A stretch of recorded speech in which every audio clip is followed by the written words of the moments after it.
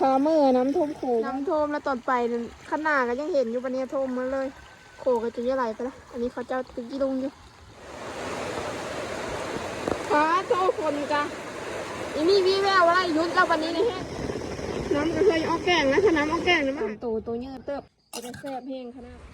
สบายดีทุกคนสบายดีตอนเที่ยงนะมื้อนี้กะตอนเที่ยงมื้อนี้กะว่าสิออกไปหน้าได้เพราะว่าฝนกระตกแห้งเรียโลนะตกตั้งแต่คืนนี้ตอนนี้ก็ยังมีหญ้าอยู่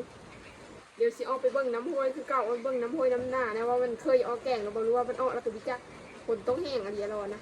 แต่ก่อนไปกะฝากกดไลค์กดแชร์กดติดตามค่อยๆเด้อเพื่อเป็นกำลังใจในการที่คลิปต่อไปนะฝนตกแต่ตอนเช้าๆแต่คืนนี่น่าหรอละกันตอนนี้กะจนเที่ยงนะ12 ชั่วโมงคนก็ยังมีหญ้าตกอยู่มาลง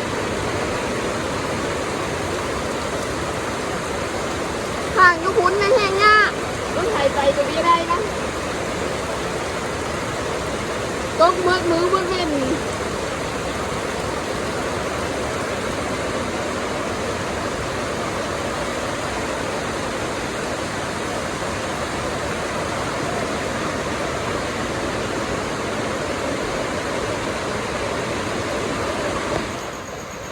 หน้าตามื้อนี้กะหน้าลอยคอแลนะกำลังเก็บโตสิออกไปหน้านะบรรยากาศดีขนาดฝนตกสิไปโซนมาตรงออกไปหน้าก่อนโซนมาตรงออกไปเป็นครูนะ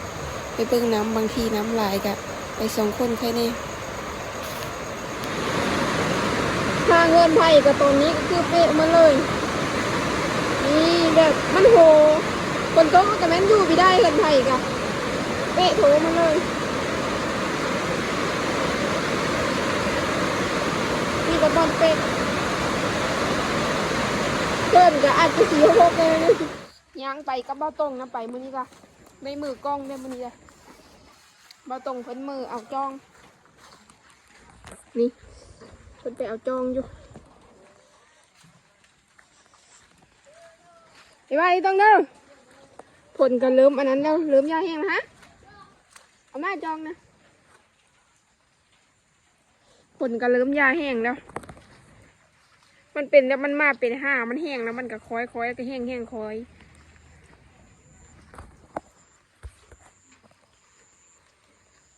ไปไว้นี่เด้อ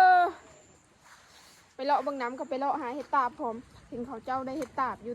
แต่ก็ยังไม่ได้หลายคนนะคือแบบแม้นยังมีออนไลน์ไปเลยแต่ก็ไปเลาะเบิ้งบางที่ได้บอนนี้น่ะขี้ดินมันไหลมาถมมันตรงเนาะขี้ดินทรายไหลมาถมเมื่อกี้น้ำมาบักหลายนึงได้นี่มันซัดขี้ดินลงมาถมพอยางได้แบบนี้เสอะ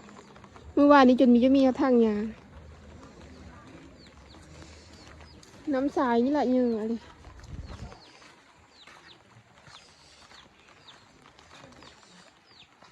ถ่ายบรรยากาศอยู่ในบ้านให้ทุกคนเบิ่งพร้อมนี่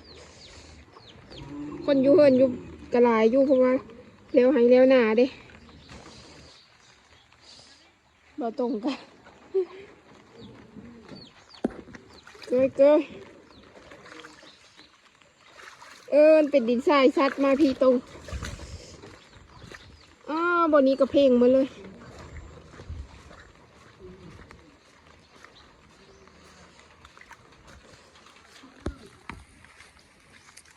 มาตรงนะดีข้างจองนะเพิ่นเป๊ะแล้วล่ะ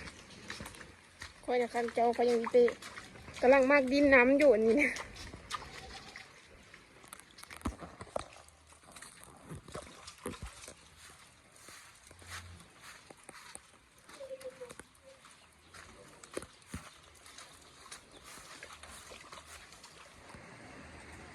มาหอดโขแล้วดิน้ำในเยอะหอดโขแล้วถึงจะทับโขไปแล้ว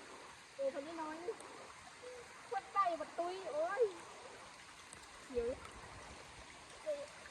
ระวังย่างพัดตกน้ำมันเลย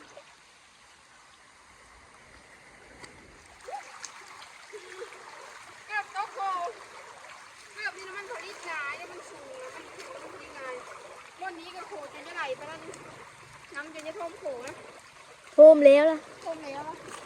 สมทงแล้วนี่มาผีโพนมันกระดกนึงตัวปลายโผนึงเป็นแต่หึงเมื่อชอมแล้วกลายไปให้ไปหน้าเราค่อยชอมคู่มือชอมบึ้ง ซ้อมท่ามึงมันชุกแต่บีชุกจะปะนี่เอาไปกินส้มก็ได้ดิบๆนี่นะแต่ค่อยจะกินอันสุกมันถ้ากินว่ามันสุกหลายโพแห้งไปไหวขนาดบ่ตรงกะเลนจืนจันไปแล้ว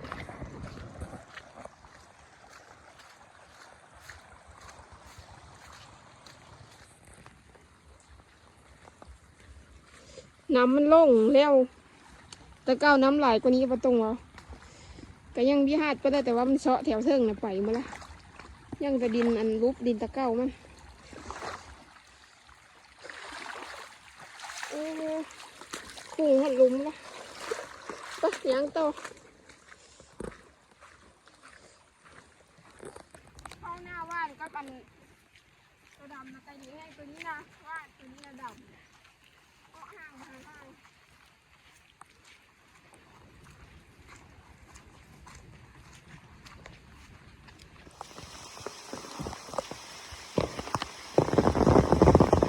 คนก็เริ่มมาแห้งอีแล้วคนต้องแห้งอีแล้วบัดนี้ตอนอ้ออันย่างมาตะเฮิร์นนะคอยมาข้างหน้าแล้วก็พอดีแห้งเพื่อจะขึ้นฮอดเดินนะอันประมาณมื้อแรงขึ้นฮอดเดิน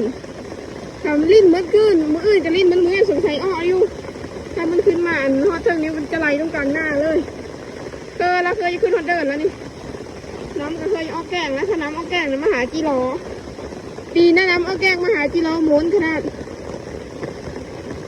ให้มาหาน้องไม้วันนั้นยังมีขึ้นฮอดก่อนน้องไม้วันนั้นซ้ำมาวันนี้เกิดขึ้นแล้วที่ฮอดเดินแล้วนี่ไม่ต้องขึ้นยูเทนก็ได้มันต้องแห้งแล้วขึ้นยูเทนก็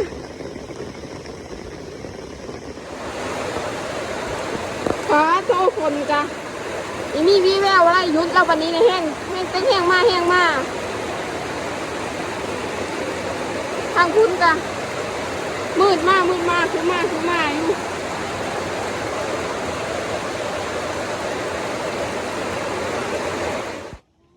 เดี๋ยวบัดนี้กับพาเดี๋ยวเมื่อก่อนว่าสิไปเลาะให้ตากับฝนตกแห้งห้าวกับพี่ไปซ้ำเบาต้งหนาวเบาต้งจะเมื่อพาเบาต้งเมื่อก็น้ำโหยก็ยังมีหลายไปเลยถ้าเบิ่งมืออื่นฝนตกอีกมื้อแรงนะอาจจะออกแกงเมื่อน้ำท่วมโขมาแล้วทุกคนนี่เพื่อกติกาย่างเพื่อเบาต้งเอาไม้มาเพื่อเบาต้งพัดลอยเสยอยู่ไม่ไหมต้งหามาลูกมันท่วมโขแล้วมันจะซัดโขไปนะมันไต่ไปได้เหยียบกับมันปีนนี่มาฮอดโขบอนนี้แห้งกระเต็กน้ำท่วมแล้วตอนไปขนาดก็ยังเห็นอยู่ปะเนี่ยท่วมมาเลยโขก็จะไหลไปแล้วอันนี้เขาเจ้าตึกยี่ลุงอยู่อีทื่อนะวันนี้ตึกแต่เหิงนะว่าเจ้าไปตึกค่ะนะ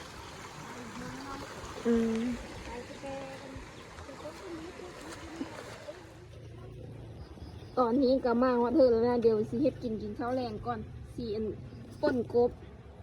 ได้กบ3 โตนะบ่าวเพิ่นไปกามนะ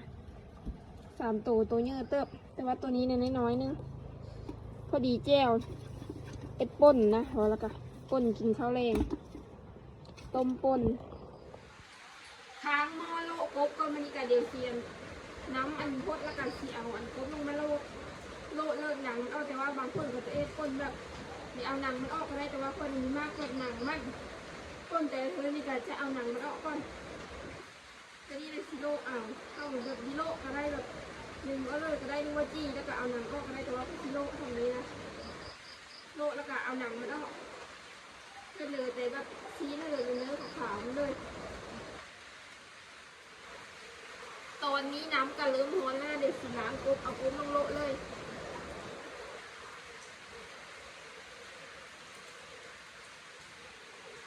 โลพออันเอาหนังมันออกได้แล้วก็ออกมาตอนนี้กะโลแล้วเดี๋ยวสิตัดเอาอันมาเลิกหนังมันออกพื้นเทินกับมื้นขนาดยางขนาดลมเป๊ะมาเลยแถวนี้นะลังกะสีโหแน่แล้วก็ผลปิดทำมาเน่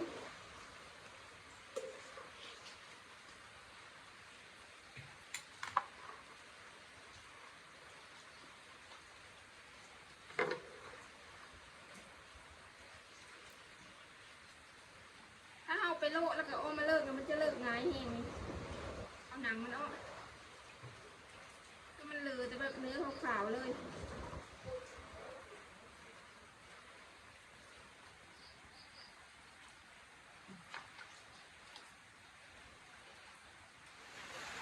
เสื้อเพิ่งต้มก็วันนี้ก็มีโหที่คือโหผ้าแล้วก็มะเขือนะแล้วก็เสื้อมะคิดพร้อม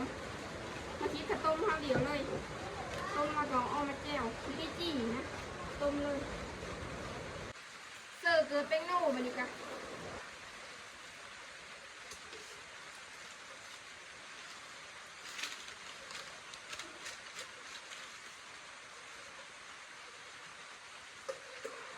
ถ้าให้น้ำพดก่อนแล้วก็เอากบลงมันนี้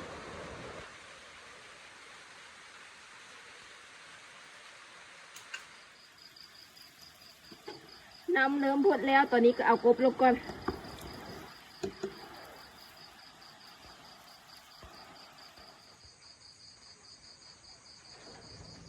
สุกแล้วต้มกบก็เดี๋ยวมันสิต้มก่อน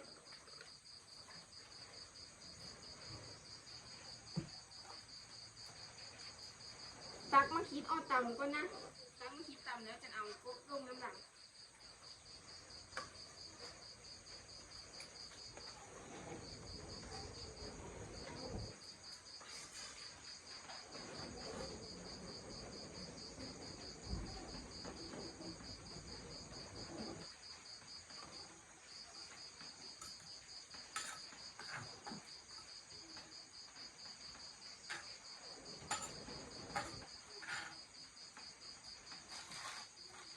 ตำแจ่วนี่ก็เสื้อคือเป็นโน่ตื่มนิดหน่อยนึงเสื้อแต่ก็เสื้อปีหลายก็เลิกเพราะว่าเขาต้มเขาก็เสื้อเนี่ยนะเป็นโน่นี้ทั้งแพงอยู่ตรงนี้เสียดาย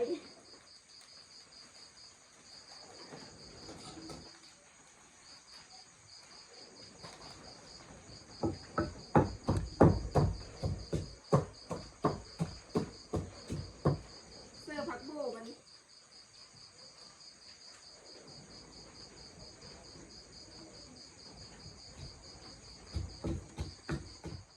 ตำแจ่วแล้วก็เอากบลงนะวันนี้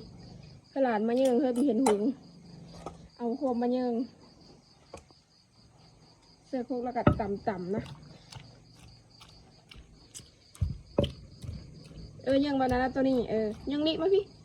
ยังนิยังไปทางข้างนิดหน่อยนึงยังมาชงนี่ทางนี้พอดีแจงดีเอาหน่อยดีเอาอินหน่อยนึงเอาซึ้งนะมันดีแจง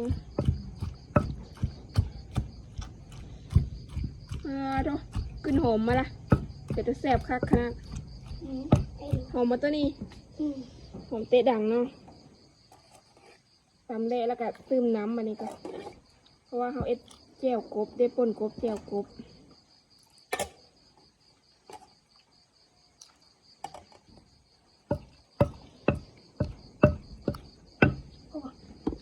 เพิ่มแล้วเอา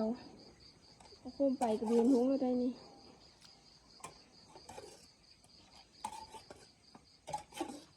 เสื้อน้ำลายเรียบร้อยตักเสื้อโทษก่อนมานี่ตักเสื้อโทษก่อนได้ไปตัวนี้จะแซ่บแห้งขนาดต้นกบของเราก็อันยังจะนี่ทำนี่จังหุ้งอ่ะโอเคตักเสื้อถ้วยเลยแบบนี้ไปได้แซ่บค่ะขนาดแต่ว่าเสียดายแต่ต้มหน่อไม้เมิดแล้วกินได้อันลายข้าวเติบต้มหน่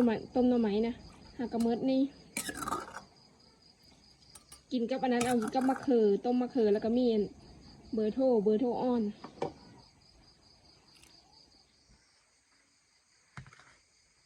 มีล้ำมะเขือน้ำพองมือนี้กะอันนี้ก็เป็นต้มมะเขือนี่กินกับเรียบร้อยแนวกินแรงมื้อนี้มาเด้อมากินข้าวแรงน้ำเดียวมีแต่แนวแซ่บๆ